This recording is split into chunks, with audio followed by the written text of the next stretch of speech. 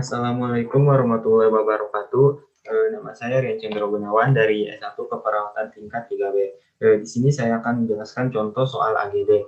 Yang soal yang pertama yaitu pH 7,21, kemudian PaCO 221 sama dengan asidosis respiratori. Kenapa asidosis respiratori? Karena pH-nya kurang dari normal, yaitu normal pH yaitu 7,35 sampai 7,45, dan di sini pH-nya 7,21 yang berarti asidosis. Kenapa? Kemudian respiratori karena PaCO2-nya itu juga abnormal. Kemudian nilainya itu 21 yang berarti ini alkalosis dan menjadi asidosis respiratori. Kemudian pH 7,50, PaCO2-nya 20 yang sama dengan alkalosis respiratori. Kenapa alkalosis respiratori? Karena pH-nya 7,50 yang yaitu sama-sama abnormal. Kemudian PaCO2-nya itu 20 yang berarti sama-sama abnormal, jadi alkalosis respiratori. Karena kalau pH dan PaCO2 itu sama-sama abnormal, berarti itu respiratori.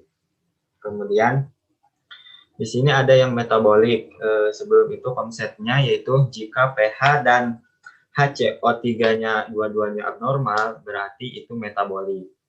Kebalik, kalau misalkan respiratorik itu jika pH dan PCO2-nya abnormal, berarti itu respiratorik. Nah, di sini ada contoh soal pH 7,1, kemudian HCO3-nya 17, yaitu sama dengan asidosis metabolik. Di sini pH-nya abnormal, kemudian HCO3-nya juga abnormal, jadi asidosis metabolik. pH-nya 7,1 yaitu abnormal karena normal pH itu 7,35 sampai 7,45. Jadi asidosis. Karena kalau nilai pH-nya kurang dari 7,35 itu asidosis. Kalau misalkan lebih tinggi dari 7,45 berarti alkalosis. Nah, kemudian yang kedua ada pH 7,50 HCO dan HCO3-nya 16 yang berarti alkalosis metabolik. pH-nya lebih dari 45 berarti abnormal itu. Jadi alkalosis. Kemudian kan HCO3-nya 16 abnormal juga berarti metabolik. Jadi alkalosis metabolik. Yang kelima ada pH 7,44, PaCO2-nya 32, HCO2 16, yaitu alkalosis respiratori terkompensasi.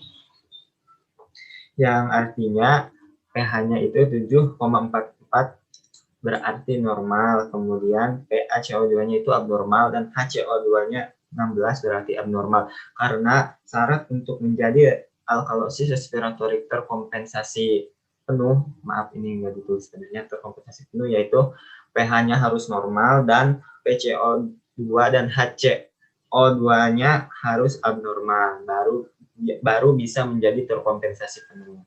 Nah, yang keenam ada pH 7,50, PaCO2-nya 48 dan HCO2-nya 15.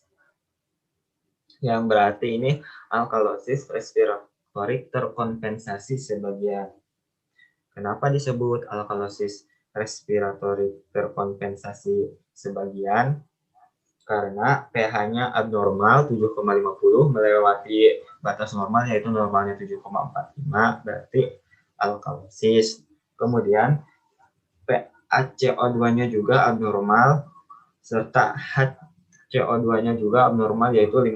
Nah, syaratnya untuk terkompensasi sebagian pH dan PaCO2 serta HCO2-nya itu harus abnormal, baru bisa terkompensasi sebagian.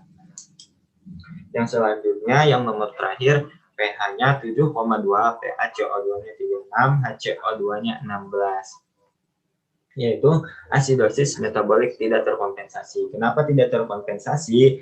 Karena pH-nya itu abnormal 7,2 yang harusnya normalnya 7,36 sampai 7,45, ini 7,2 berarti asidosis.